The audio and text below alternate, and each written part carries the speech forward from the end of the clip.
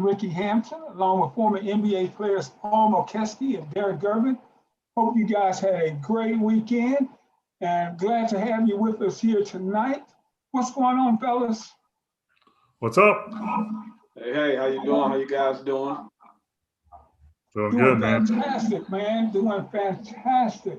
Hey, Rick, let me thank these listeners for tuning in tonight, because I know it's a special night with the football going on. But I want to tell all the listeners once again, thank you for being a part of this show. Without you, there is no show. Yeah, you can, like you say, turn the volume off your TV and listen to us for a while. It'll be okay. Yeah, Mute buttons.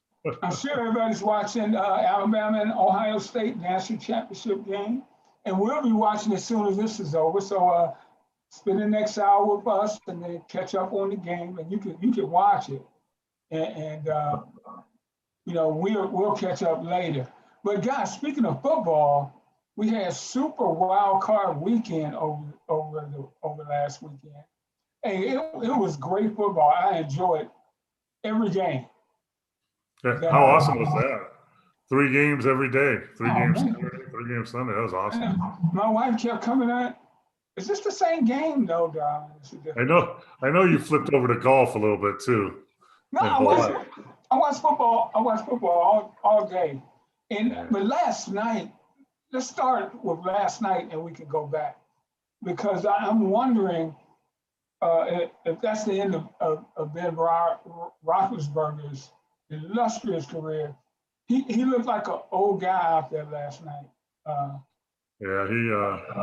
When you saw him at the end of the game, sitting on the bench alone, kind of looking off into the distance, you can just, as a former NBA player or athlete, I can just wonder what he was thinking about. That he thought this was the year they started out 11-0, and it all came crashing down. And I played for 12 years in NBA and took a beating, but I can't imagine what a football player like that takes, what kind of beating they take physically. And I got to believe, he's going to take a few weeks and decide whether he's coming back or not. But, I felt sad for him that when you see that picture of him on the bench, I did too, Paul. Hey, so tell me this: at what point did they start to question Mike Tomlin? Because they've had good seasons over and over and over repeatedly.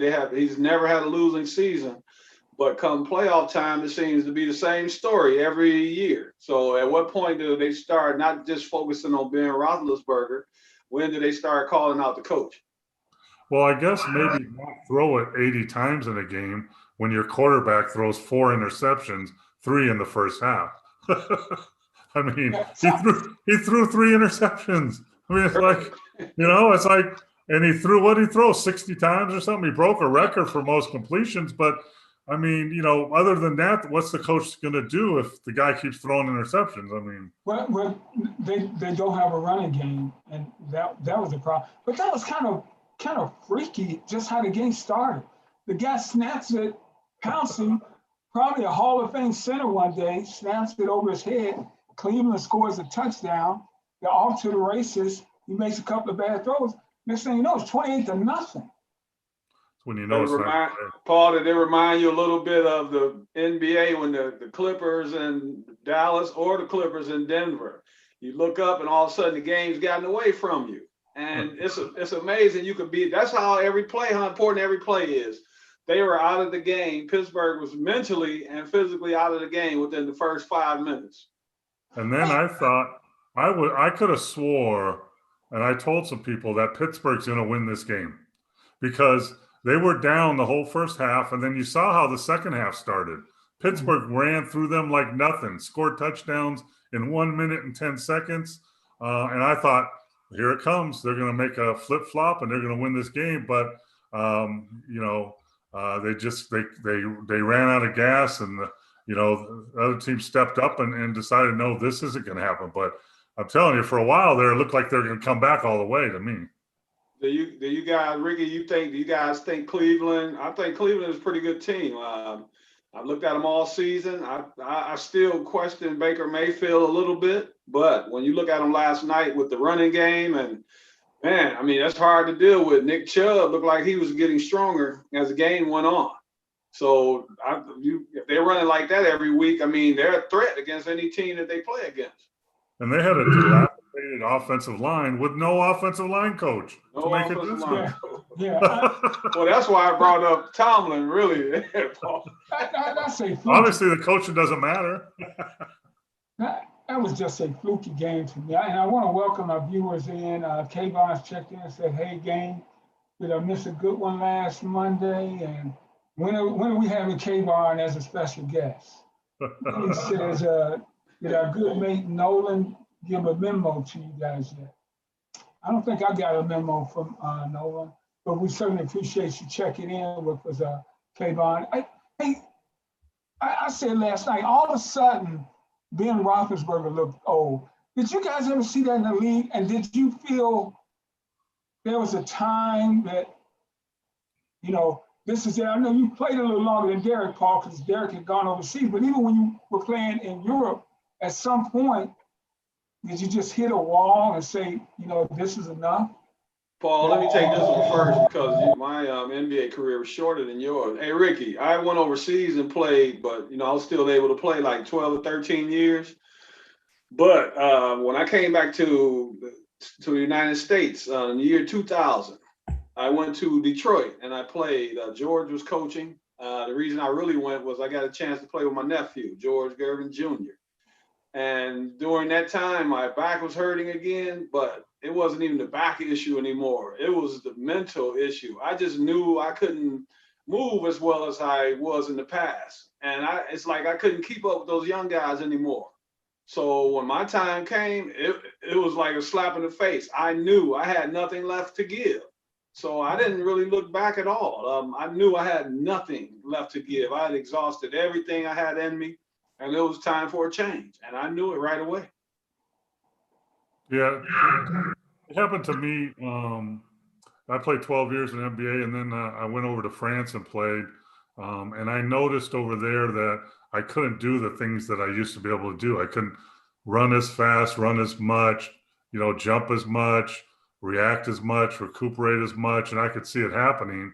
Then when I came back into the States and was a player coach for the CBA and saw you on the court, D, I knew I had a role with that team. We had a good team, and I was only playing 20 minutes a game, and I could still handle it. But I could see myself deteriorating just when your mind tells you to do something and your body says, no, not this time, not like you used to. I still have dreams sometimes of me being on a basketball court and not being able to dunk it or not being able to catch up with the play. Welcome to my world, Paul. The coach yelling at me. I still have nightmares like that.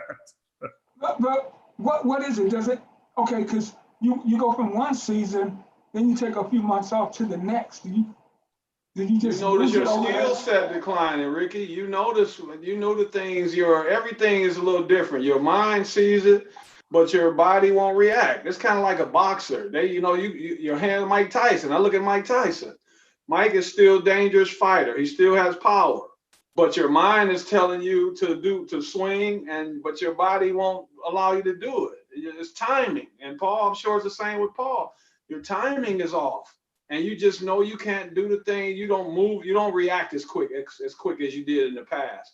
And that's when I knew it was time for me. my reaction time wasn't the same. And in the NBA, if your reaction time is off a half a second or 1 second, you can't play anymore. It happens so fast. Even a little bit of a second reaction time, you can't play at that level anymore. Wow. So, and I kind of know what you guys are talking about. I spent my whole life playing golf, and I feel like I feel just the same swinging at the ball now as I did when I was 20. But the ball goes 40 yards shorter than it used to, but it feels the same. But clearly it's not. But I want to talk about a couple of exceptions right now, or maybe not exceptions. You look at what Tom Brady's doing in the NFL and Drew Brees, and in basketball, what LeBron is doing at 35. Special athletes. Hey, now here's the thing.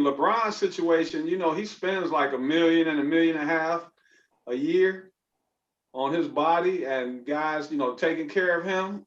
So he's been able to, what he's done has been phenomenal. Brady and Drew Brees. At some point early in the year, people were writing Tom Brady off and they were writing Drew Brees off. And then you look at these guys come back. I've learned about football. These guys, I guess it's better to play slow, because if you look at these guys, they go through all their progressions. They don't rush like some of the younger players. They can't move that fast, and I think that's the asset. If you look at Brees and Brady, they look over the entire field. They're not very good getting out of the pocket running, but they're veterans. They've played this game before, and as you know, Ricky, in your golf and Paul in your basketball, the game slows down for you at a certain point in your career. And that's why these guys have the longevity they have. You put their skill set with their strong minds, and you come up with a Drew Brees, and you come up with a Tom Brady, two future first ballot Hall of Famers. Well, LeBron, you can see, LeBron doesn't play like he played 10 years ago. He picks his times. He can still fly through the air. He can still dunk it. He can still make some blocks, but not like he did, and he picks his time. We used to crack up in training camp when we get rookies or young players coming in training camp, and they're running around dunking it and flying through the air, and we're like, hey, man, you got to slow down. A layup is 2 points, just like a dunk is 2 points. And it's going to catch up to you. We used to call them young legs. You got young legs. Wait till you get older. Hey, Paul, just look at the perfect example of that. Magic Johnson's first game with the Lakers. You look at both ends of the spectrum. You look at Magic just coming in, and you look at Kareem on his way out. Magic's doing all the celebrating, and Kareem is like, "Hey, man, wait, relax. This is only game number 1. We have 81 games left." So it's just, I can understand that. The young guys coming in. So the rookie wall is actually a mental wall. Yes. I think it's both. They're not mental and physical, Paul. Yeah, I think it's mental for sure, but it's physical too. You go in college, you play 30 games. You're not even halfway through the season yet. So they're not used to that. Your body's not used to that. You train your body to get used to it. Like you talk to football players, they train their body to get hit on Sunday, get punished on Sunday. They can't get out of bed on Monday. Then on Tuesday, they get treatment. And then on Wednesday, they start feeling better. But you got to train your body along with your mind to do that. I think it's a combination. I'm telling you guys, I have a young man that's sitting in here right now that I keep talking to about just learning the things that you need to do in the game of basketball. This young man is 13, just turned 13. He loves the game, but it's how you approach the game. And these guys want to come in like if you want to have a long career, like we talked about Zion. This year, actually, so far, he's done quite well. I was worried about him all last season. He seems like he's learning to pace himself a little better. And to do that, to have longevity in that league, you got to know, Paul, you know better than me. It is a mental game. But I got to ask you, Paul, is it a little easier now since they're not traveling the way we were traveling? Oh, for sure. But to touch on Zion first, I wonder how he looks a lot leaner. He looks a lot thinner. I don't know if it's 10 pounds or 15 pounds. We talked about this a while back, and he looks leaner. So, he's still big and he's got the shoulders, but he looks leaner. When we traveled, D, we flew commercial. We had to go in the airport and wait. We have to wait for the bus. We got to get our own bags. In the NBA, it's not like that anymore. The NBA, when I was with the Dallas Mavericks for 5 years, we flew on a private jet in a private airport, stayed at Four Seasons. Players never touch their bags anymore. And the other thing that people don't realize, so when if we played on Philly on a Friday night and we played in Cleveland on a Saturday night, we stayed in Philly, went to sleep, got up early, caught the first flight, which is 6 a.m., and then get into the town. Now, if you play in Philly right after the game, about 11:30, it's wheels up, and you're in Cleveland or wherever, late. Sleeping in Cleveland, yeah. You're probably 2 a.m. at your hotel in your bed at 2 a.m. That's a big difference, though. And then what they do now is, they sleep later. They get up. They don't have shoot arounds and back to shoot around like we did. not right? like that and back to back. What they'll do is they'll have a catered breakfast. You'll go downstairs. You get breakfast, have a meeting, watch some film, and then you're off. I mean, it's so much easier. That's a huge difference. And we worked out in our work. We worked out before the game, Ricky, and shoot around. Kayvon bring a great point about he was a miracle out there. Robert Parrish, 21 years in the NBA. Talk about his longevity and ability to do that. Have you seen Robert Parrish walk lately? Struggling. Paul, let me say this. You know him though, because from his time in Golden State, most people just had him as an average player. Most people didn't even know who Robert Parrish was. And then when they made the transformation, when he goes to Boston, do you think that had a lot to do with his longevity? He learned how to do things a little differently playing in Boston because it was so different than playing in Golden State at that time. Yeah, his reputation in Golden State was he's lazy. He doesn't play hard. He doesn't play hurt. And that was the opposite in Boston. He played hard all the time. He played hurt most of the time with broken feet, and still was effective. And that has to do with who you're surrounded with. Dennis Johnson, rest his soul. Kevin McHale, and of course Larry Bird. And he rose to them, and they picked him up, and has championship rings and a Hall of Fame career. A lot because of that. Who knows if he would have stayed in Golden State? True. Yeah, and we've had this conversation. We're gonna get into it a little more tonight. You went to a place that had a great culture, so you got to fit in with Larry Bird there and DJ and those guys.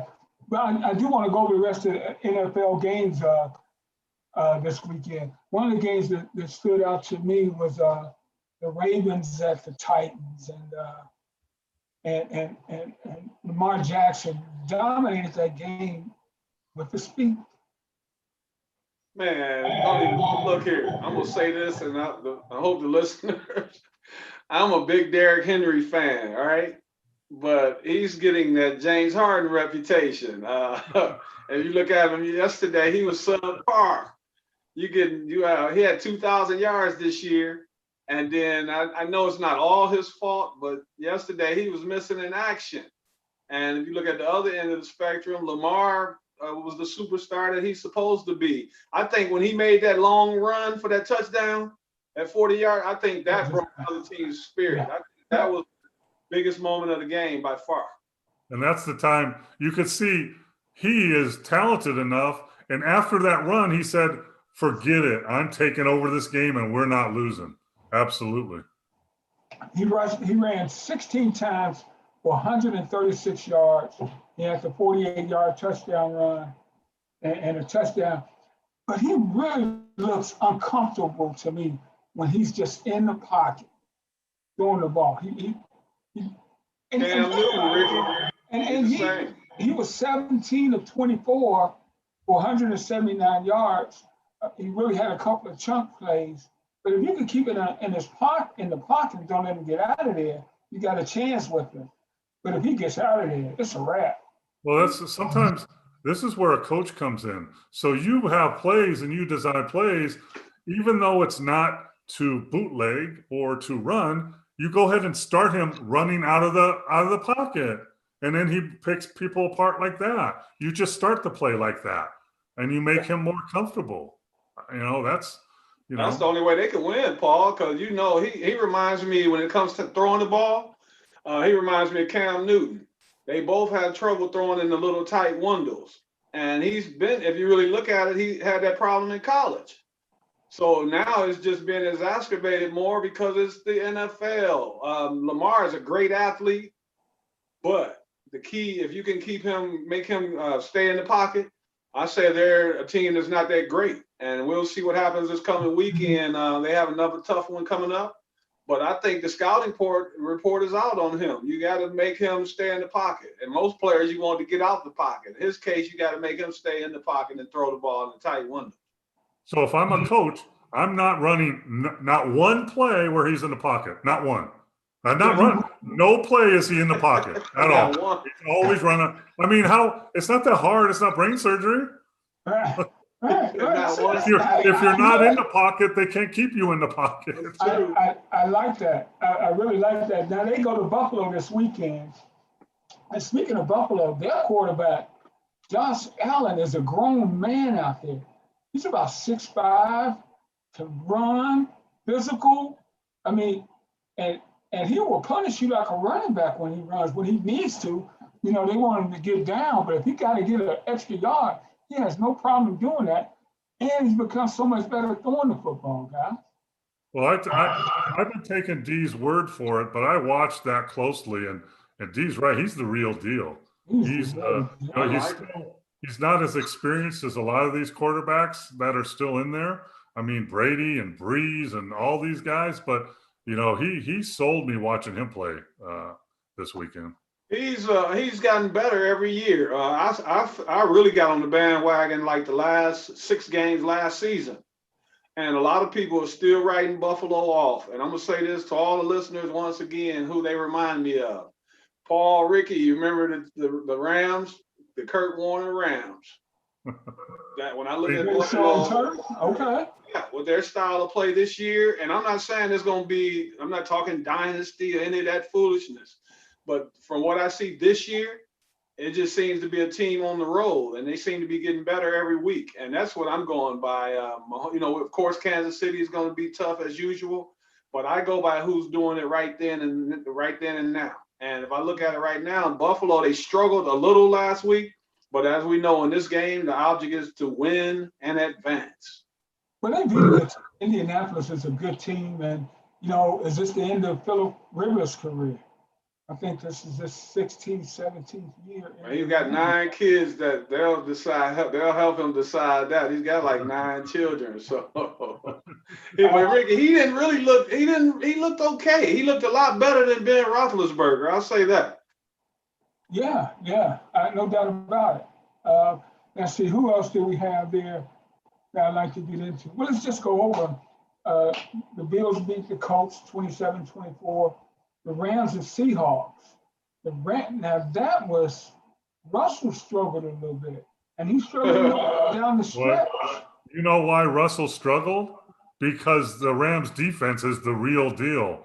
Their #1 rated defense was on him all game. And if you can corral Russell Wilson, this scares me because you all know Packers are my team and Rodgers is my guy. But I was hoping that they wouldn't have to play the Rams. I was hoping Chicago was going to win so they could play Chicago because that Rams defense, I mean, if you look at, like we talked last week about quarterbacks. So Jared Goff against Rodgers. Rodgers wins that battle every time. But with Rams defense, that's a scary game to me. Well, we got a question now. Aaron Donald got hurt. So we have to find out his status. It looked like, I think it's something more serious than they originally thought because, you know, they took him inside. Then he came back out like he wanted to play. And then they had to take him off the field again. So I'm just hoping there's nothing serious. It looked like he has a rib problem. So that's going to be the difference. Yeah, we have to find out hopefully his ribs aren't broken. I had a flashback. When we were playing the Detroit Pistons when I was in Milwaukee in the playoffs, in the second game, I caught an elbow to the ribs. I made it through the game, no problem. But the next morning, I couldn't even get out of bed. So the next day when we played, I tried to loosen up. They put a pad on me, and they shot me up. So I couldn't feel it for a while. So I went out in layups, and I tried to warm up. And I couldn't hardly breathe. It hurt every time, and that was it. I tried to give it a go. I'm telling you, they went back there, shot him up to see if he'd go, and he's like, nope, I think it's the ribs. Yeah. Hey, Paul, that's going to be a problem. Let me ask this really quick. They had a question on Facebook. Which is harder? Which hurts more, the jammed finger the sprained ankle or the ribs? My answer was the shot to the ribs, but most people went with the ankle. What would you think, Paul? Ribs. You can't breathe. You can't breathe. I couldn't breathe. The ribs. I had 3 broken ribs. I couldn't breathe. That was my answer. And so it was diagnosed to be. So who got you, Mahorn or Lambier? No.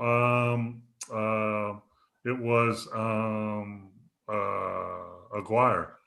Mark Aguirre. Mark Aguirre. Yeah. Intentional, Paul? Yeah, probably. I was taking the ball out. I was taking the ball out. And my arm is like this, right? So what's open? You know? Oh, yeah. Oh, that whole rib cage. A little shot to the ribs in the right spot. But you know what's funny about that? He's like, yeah, that's probably intentional. I mean, that's the game back then. It was a physical game. I'm not saying I didn't do nothing intentional to Lambier, Mahorn, or him. we played a little. We might have played a little dirty, maybe. Yeah. Maybe a little bit. It was a physical. little bit. Well, the thing is, you weren't gonna get a layup, right? What's that? You were not going, and especially in the playoffs, you were not going to give up a layup. Not even a layup. No, Ricky, not just the playoffs. You contested every shot. That's how I heard people say that we didn't play defense back in those days. No. And I think that is just ludicrous. It's just the mentality. We contested every shot. You didn't see guys like they are today shooting uncontested shots. We contested shots and then you block out. That's just what we were taught. The game has changed now. But those were the rules of basketball, and that's how we played. In a playoff series, if you hurt your finger, if you hurt your elbow, you never put tape on it, ever. If you hurt a finger in a playoff series and you put tape on it, the first play, the guy guarding you is going to hit your hand. Absolutely automatic. So you're just going to – I told them when I was trying to play that game, I said, you cannot tell them I have bruised or broken ribs. You can't tell them that. Gets out to the mid, right. John Washington checked in to say it wasn't a dirty game; it was a man's game. Hey, he's right. How you doing, John? Hey, you're right. Good answer. I agree totally with that. So the Rams, but Paul, I don't think you have to worry about Aaron Rodgers. I think he's the best I've seen, guys. Aaron Rodgers. Hey, Ricky, he is without question. I've been saying it now for the last 5 weeks. Without question, he's the MVP. Mahomes has had a great year, but I go by the guy that continues to ascend. Mahomes a little bit has descended, and he has ascended, and that's what an MVP is. He's finishing strong. You take Aaron Rodgers out of that lineup, they are not a playoff team. They're a lotto team. They're not a playoff team. I don't think. Yeah, Drew Brees has missed time in New Orleans. They kept on rolling. Nobody else can maintain that level of play if they are gone, like Rodgers. I might put Mahomes in there. I don't know. Mahomes is. Now here's the thing, though, Paul. I'm gonna ask you, Ricky, tell me if you guys think this year was different for Green Bay. Because if you look at it, last season, people were writing Aaron Rodgers off. They were wondering if he had hit the wall. And then I really believe when they drafted, first of all, he split up with Danica Patrick. He made that clear. He split up with the race car driver. And when they drafted Jordan Love, I think that was really motivation. Like they were pushing him out the door and they brought out the best of him. He's probably trained harder than he's trained in the last 5 to 10 years, and you saw the results. He was a hungry guy, and he played like he had a chip on his shoulder, and that's what you still see going on right now. He's playing like he's. What did he say? Relax. Yeah. Hey, I tell you what, it looks like he's a hell of a golfer too. When I see that State Farm commercial. All the hockey players, quarterbacks, and kickers in the NFL are all good, and pitchers in baseball are all good. And number 30 in basketball, Mr. Steph Curry. Steph definitely has a. I played golf against the Currys. I was against the dad and both sons, and they played from the back tees. And after they teed off, I'm like, how about the white tees? Hey, and another game on the weekend. Tampa Bay knocked off Washington to advance. They'll be playing Breeze against Brady. Yeah, so let's look at that. So Breeze against Brady. How awesome is that? It's like 85 years. What's that like? That's so awesome. So you have Breeze against Brady, the old guard, and then you have Mahomes against Mayfield, the young guard. Those two matchups are intriguing to me. Yeah. Just quarterback wise. And just for everybody out there, the schedule looks like this. Saturday, Packers and Rams at 4:30, followed by Raiders and Bills at 8:15. Sunday, the Browns and Chiefs at 3:05, and the Buccaneers and Saints at 6:40. I told you guys before we went on the air, I was watching football all day. My wife kept coming through. Is this the same game? Is this the same game? No, baby. No. Let me ask you guys. So, is there a team that's still in it that you don't believe can not that's favored but can win it all? Is there a team in those 8 teams that can you don't think there's no way they can win it? Cleveland, Baltimore. I don't think Baltimore can. That would be my. I don't think Ricky. I agree with you. Cleveland. I don't know because Cleveland runs the ball quite well.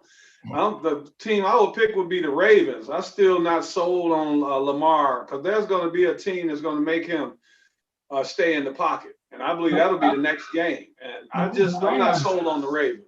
The Rams too. I don't think the Rams can. They're not going to. They're not going to Lambeau and win a game. That's just not going to happen. So. Hey Ricky, remember now you don't have that. Just kind of like Seattle, no 12th man. That means a lot. Yeah. I believe that. Yeah, but the weather in Milwaukee and Lambeau is the 12th man. Yeah, that's very true. That's very, very, very cold. That's true. Yeah. Hey, our viewers want to hear some basketball. I can't believe you guys are still talking fake football in here. And John Washington wants to know, Derrick and Mo, do you express the importance of the mid-range game to some of the youngsters? Do you guys express the importance of mid-range shooting to the young kids you work with? I'll take this. I just told you about, I'm sitting with a 13-year-old young man right now. We had this conversation yesterday. I'm one of those guys that believe the more things you can do, the more valuable you are. And that means the layup, the mid-range, and the 3, because you don't want to be predictable. You're not going to make me take the shots that you want me to take. I'm going to take the shots that I want to take, and those are going to be the highest percentage shots. And I'm going to say this so everybody out there can listen. The easiest shot other than the layup is that mid-range jump shot, one step inside the free throw area. When you take that shot, 90% of the time, the defense can't even jump. And I hope everybody hears me clearly. That little jump shot right in the free throw area is where the game is won and lost. And if you notice the greats, the Kawhis, and I'm going to throw his name in there, the George Gervins, the Kevin Durant's, KD, the last few years has been taking more mid-range jumpers. And so everybody will know that's because he's been having conversations with my brother. It took him 3 years to convince Kevin Durant of the importance of the mid-range jump shot. And that's, to me, that'll never change. You cannot just be a three-point shooter. You have to be adaptable. You know how important it is. So Giannis is MVP of the league, right? Back to back, I believe. And now just picture him with a mid-range pull-up shot. Or just Ben picture Simmons. him. Or Ben Simmons. Yeah, but just picture the MVP of the league now has a pull-up shot where he's not driving in there and spinning and turning the ball over. He has a pull-up shot. That makes him unstoppable, in my opinion. No, you're right, Paul. Come on, you know you're right. Your opinion, that's a fact. Him, Ben Simmons, and Zion. If they had jump shots, you're talking about 3 of the top tier that ever lived. But that's with jump shots. Okay, Paul, will explain how analytics have confused people with this. Well, I think in old school people, a lot of people I know, I've been involved in analytics at the highest level with the Houston Rockets for years. And the misunderstanding that people have and that people get frustrated is, why is that guy passing up a layup and throwing it out for a three-point shot? Why is he doing that? But that's not analytics. That's not analytics. That's a player's mistake. Analytics say layup is the number one shot you can get, layup. Number two shot is a free throw. And how do you get a free throw? By going to the basket. Number three is a corner three in the NBA because it's a foot shorter than the other threes. Four is any other three. And then five is an out of paint two. But that five is misunderstood too. With 5 or less seconds on the shot clock, that's a prime shot also. So that's what the analytics really say. It doesn't say pass up a layup and throw it out for a three. It's not what it says. Yeah. That's good stuff there. John Washington said, picture the Greek freak with any kind of jump shot. Easy. And my golf partner, Keita Jones, said Rip Hamilton was also a great mid-range shooter. Yeah, Rip would come out without the ball. Yeah, Rip was like a Steph Curry without the ball. Rip moved without that ball. Yeah. Hey, Michael Jordan didn't have a jump shot when he first came in the league. When I was in Milwaukee, we beat them all the time. And he worked on it and then became a really good jump shooter. He waited until he played against us, Paul. His jumper became automatic. When he played He's one of the best players ever. I mean, But he worked on it. And it's amazing to me, these guys, and this for the kids out there, and I hope for the parents to tell these kids, I'm big on, why do you work on what you're great at every day? I'm not saying stop working on that, but say you're a guy that can make 100 layups with your right hand. Why aren't you trying to be the same way with your left hand, where you can at least make 50 with your left hand? That seems to still be, I don't understand that. I see these trainers and they training only on your strong points. But the more strong points you have, the more valuable you are. So it looks like the things you can't do are the things you should be working on. And that's what we need to start getting these young people to understand. The more things you can do, the more valuable you are, the more money you will be offered. And to me, that's just simple.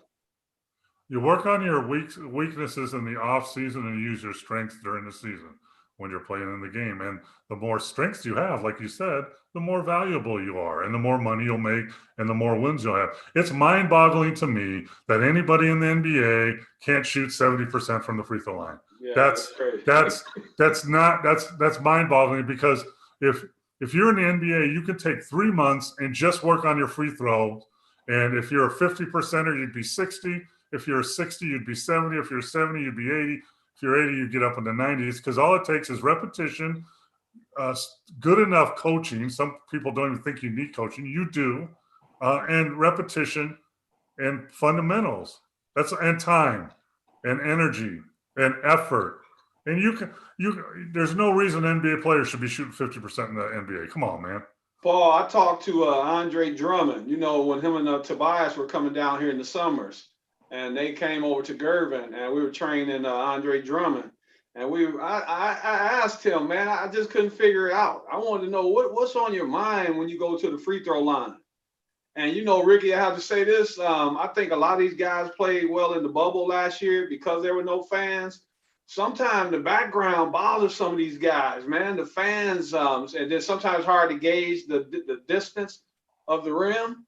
And a lot of these guys, man, they get up to that line and they freeze up. If you look at Shaquille O'Neal, Shaq always talk about how dominant he is. And then when you see him get fouled and go to that line, you see the opposite effect on him. Same with LeBron today. LeBron could play as well as he can. He could have an outstanding game.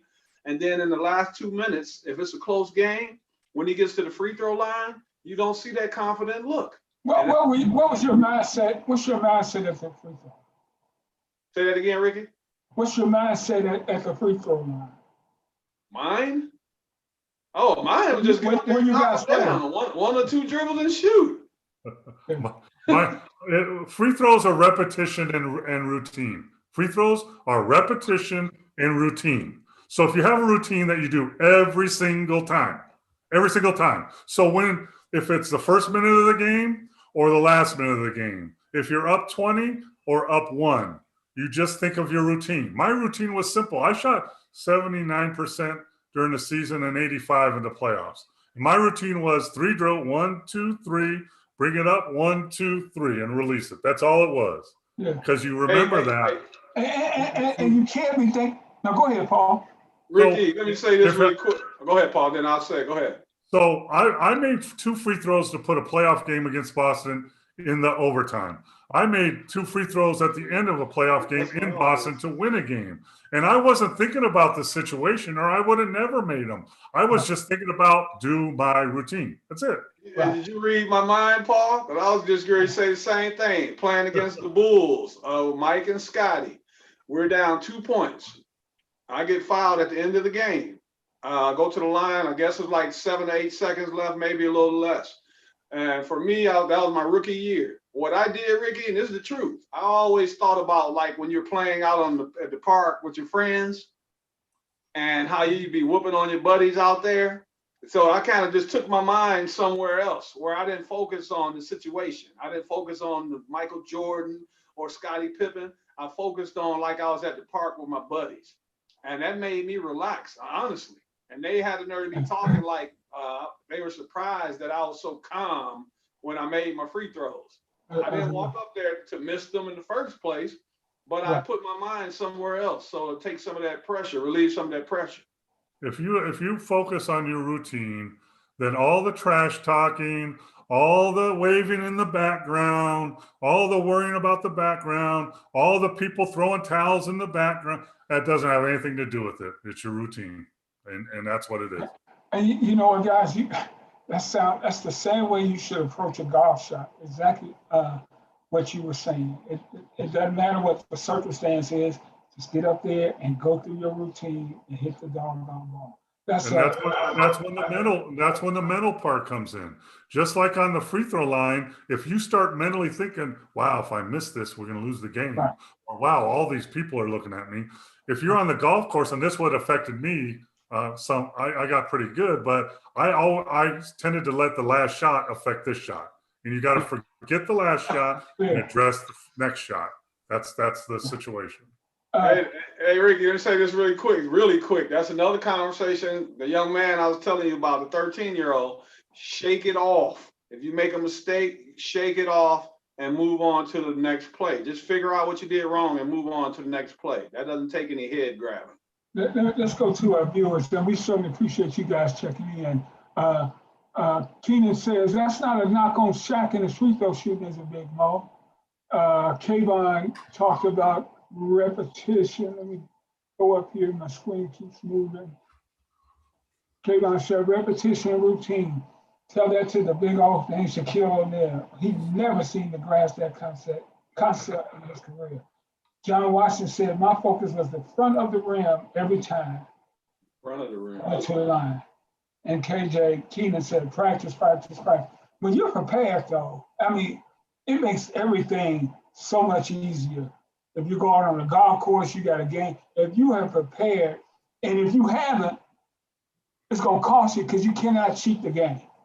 That's why you make practice harder than the game. You make practice harder than the games. If you watch the Tiger Woods special on HBO, have you seen that? Yeah. And that's what his dad did. It seemed like harassment, but his dad heckled him and bothered him all during his practice. So when he got in playing again in a tournament, nothing bothered him. Yeah. Hey, you're watching Gerv and Big Mo. I'm Ricky Hampton with former NBA players Paul Mokeski and Derrick Gervin. Hey, Kyrie Irving is still not in the lineup with the New Jersey Nets. I mean, if you're his teammates, this guy, he's a superstar, one of your star players. How are guys in that locker room taking his? I don't know what's going on here. Bring it down. Well, let me start with this. Basketball, a team in basketball, one of the most important things to have a winning and successful team in basketball is communication.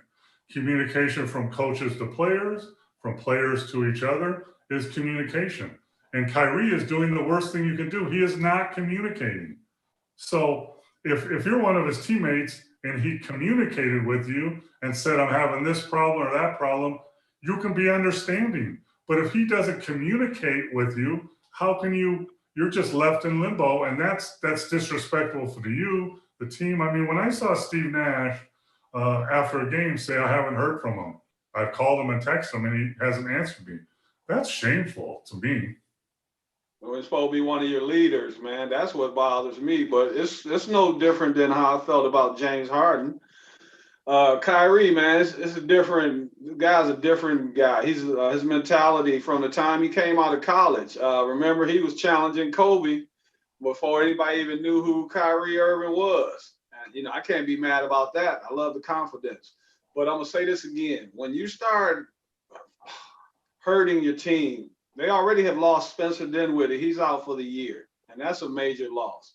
But when you have a guy that you're expecting to be one of your leaders, and they basically built their team around Kyrie and Kevin Durant. I mean, come on, Sean Marks, these guys have done a fantastic job, but they took a gamble.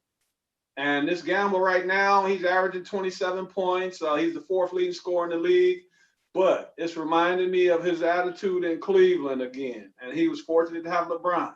It's reminding me of his behavior in Boston. Everyone's going to say behind the scenes people will talk. But when they're talking to the media, they're going to always kumbaya. Oh, we love Kyrie. We support him. But in the locker room, it causes friction because Kyrie has friends in there, I'm sure. And then these other guys that don't like the behavior. And that's the first thing that tears a team apart. That's part of being a team player. Show up and do your job.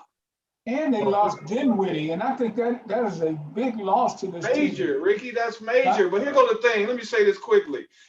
We all know there was some tragedies that went down a few nights ago, and we know the Capitol and what happened in Washington. If that's your excuse for not playing, I mean, come on, Kyrie. Oh, you got all these guys in the league, man. You got 400-something guys. They're all under the same umbrella. Show up and do your job. You get paid to play this game, and you get paid a lot of money. It's not about your personal feelings right now. It's about doing what's best for the team and for the organization. You owe them that. They're paying you millions of dollars. If you're not going to be there, be a man about it. Everything is about how you handle the situation. And the way he's handling it right now is terrible. And this is disrespect to the game of basketball. He's making $40 million. $40 million. So, you know what? I'm upset, because of the tragedy that's happening. So I'm a doctor and I'm not going to operate on you today.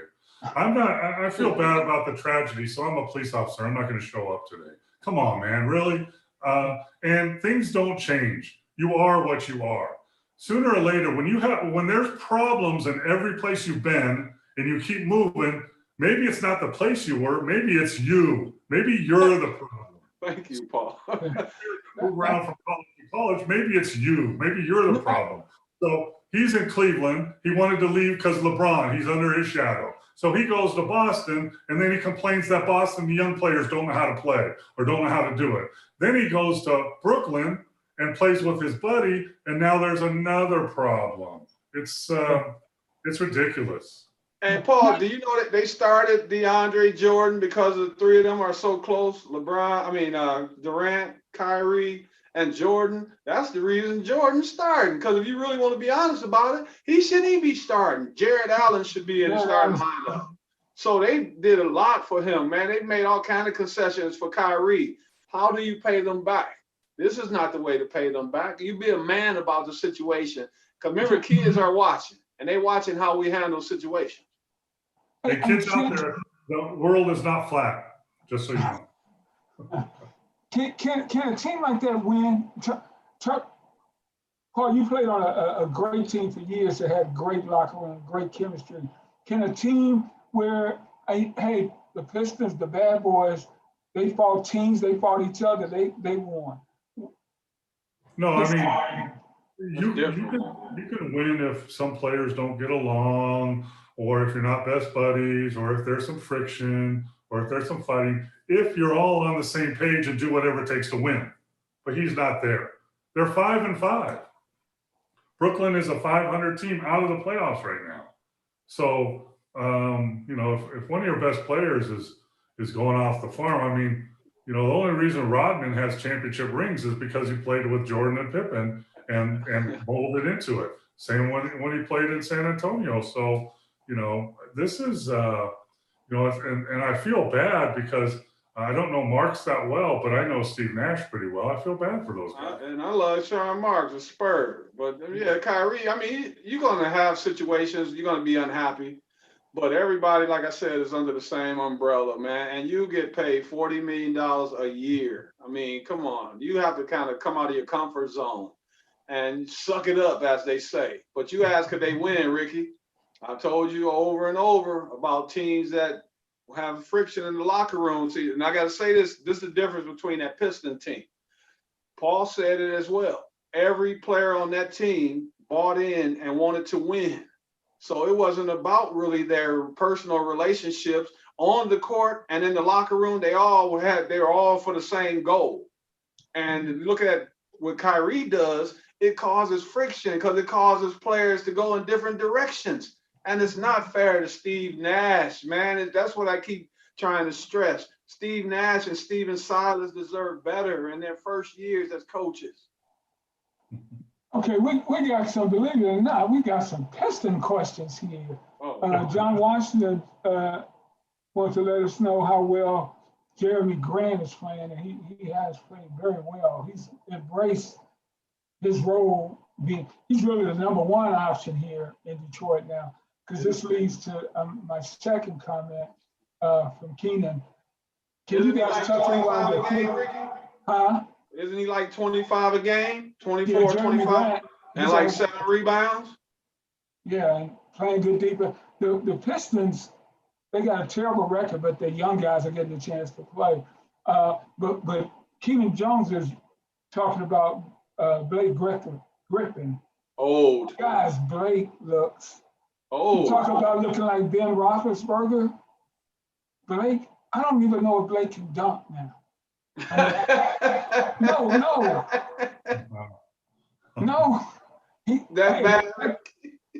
Man, he looks like an old man out there. Yeah, that's unfortunate for someone like him who relies on his athleticism for so long. When I lost a step in the NBA, nobody even noticed. But Paul, you were always in the right spot, though. You found a way to get to the right spot. John asked about KD. You think KD is going to regret not staying in Golden State? No. Regret? No. I say not regret it because that situation with Draymond, I think even if that wouldn't have happened, I think he was leaving anyway. KD wants to be the leader of his own team. And when you look at Golden State, no matter what he did, he's not going to be known as the man there. That's Steph Curry. That's Steph Curry country. So he wanted to go out on his own and win on his own. But if I want to do that, I don't know if I want Kyrie. Because Kyrie, the worst thing that ever happened was Kyrie hitting that jump shot against the Golden State in the finals. I think after that, Kyrie kind of lost his mind, man. What do you think about that, Paul? I think if you call KD right now and said, "Hey, you can go to Golden State. Goodbye. See you later, Brooklyn." I think that right now he would go. But he, he wasn't getting along there either. So there's some mixed stuff He's now. Sensitive, Paul. Aren't they the two most sensitive guys in the NBA? What it seems to be. Can you name two guys more sensitive than those two? No, because I mean Curry's easy going. I went to shoot around last year when they played here in Las Vegas preseason, and everyone got along. It was chill, and Steve Kerr is an easy guy to get along with. So there was no friction as far as that was concerned. But yeah, Steph's totally different. You look at those 2 point guards, it's totally different. I would love to play with Steph every day. Skill wise, I'd love to play with Kyrie, but we'll probably be fighting half the practices. Here's the thing we talked about: knowing your roles and accepting your roles, right? When we went to that practice, I took my son to that practice. The players ran the practice pretty much. They did the drills. They were quick. They were snapping. They got it done. They were focused, no screwing around, and then we're out of here. Paul, that's how we were with Flip Saunders. That's probably why it's my only championship I've ever won. He kind of he empowered the players to take some leadership. And I think that brought us closer together as a team. And at the end of the day, the results spoke for themselves. Kevin asked about Brandon Jennings, and I looked Brandon up, and Brandon played 10 years in the NBA and played overseas even. So he's had a good career. He is not in the league right now. Little left-handed Brandon Jennings. Yep. Highly regarded, very talented guy, but never really seemed to be able to fit in anywhere. He played here, and even though he was a point, he really wasn't the kind of guy that could lead a team. He'd have been more of a scoring point guard. You saw him in Milwaukee, right? Yeah, I think he's in China now. I think. He's still playing, Paul. Yeah, he's still playing. Yeah, he's 31. So he's still playing. He's 31. I got a couple more here. John says KD's not winning without KD. And Derrick, I bet Golden State would have moved Draymond if KD would have re-signed. Oh, no doubt about it. Oh, no doubt about it. It came down to the two of them, not even a question. Draymond would be, man, they would send Draymond to Alcatraz. Him and KD, that's not even a question. Not even a question. Hey, Ricky, anywhere, just get out of here. I mean it. They could have got something spectacular. Him and KD. They could have got someone really good for him. Maybe two guys in a first round. For Draymond? For Draymond, absolutely. Yeah, they could have got a great piece, another first rounder, and kept their dynasty going for sure. Well, I think it would have been all right this year if Clay wouldn't have got hurt. Yeah, they'd be I don't okay. think they were championship caliber. I'm talking about if they would have traded Draymond for someone really good and KD would have stayed, they'd still be winning championships. Clay or no Clay. Hey, Ricky, I want to transition right quick since I know we're ready to get off the air. The hard part. I want to tell everybody out there, I know it's 2021. It's a new year. It hasn't gotten off to a great start, but I'm one of those positive people. I believe that things are going to eventually, they're going to get better, and I believe they're going to get better quickly. But I want to tell everybody out there, I hope your families are doing well, dealing with this COVID-19, and just, spend all the time you can with your families. And as far as unity, as what things are going on in Washington, we have to be bigger than those that don't know how to conduct themselves the right way. Once again, it comes back to the kids and showing them the right way. And we aren't going to always agree on things that go on in this world, but there's a certain way that you handle it. I don't think losing lives is ever the answer. So I'm hoping that as we move forward, and hopefully this week we won't have the craziness that's been going on. And I just want to tell everybody out there, I love you all. And I thank you all for tuning into the show. I appreciate you being listeners. And I think that this will pass. And I just hope everyone just stays safe and just do the best you can at this time. Well said. Well said. Yeah, I mean, this country has been through a lot before, and but it's been a long time since it's been this divided, and we need to come back together and be peaceful and stay safe, or else, it's chaos like we saw last week. That was chaos. Do you just realize today that I just realized today that you were Caucasian? No, I laugh about that, but people, we judge people by the content of their character, man. I mean that sincerely. I don't care about the color of your skin. I care about the color of your heart. And if you're a good person, you judge them by how they treat people. And that has nothing to do with race. And I just hope that this foolishness passes quickly and that we can get on and have a good 2021, man. It's a great year. I'm planning on doing big things this year, and I know you guys are as well. And we just try to make the situations as smooth as we can. So let's have a good week coming up. Whatever they do as far as the president, that's something that they'll deal with. And we just have to be supportive and just continue to support one another. And I mean that sincerely from the bottom of my heart. Get rid of the anger and replace it with peace. Peace. All right, guys. Thank you so much for tuning in. We'll see you next week here on Gerv and Big Mo. Oh, I love you guys, man. I love you, Ricky. I'll talk to you. Mokeski, Good night, everybody.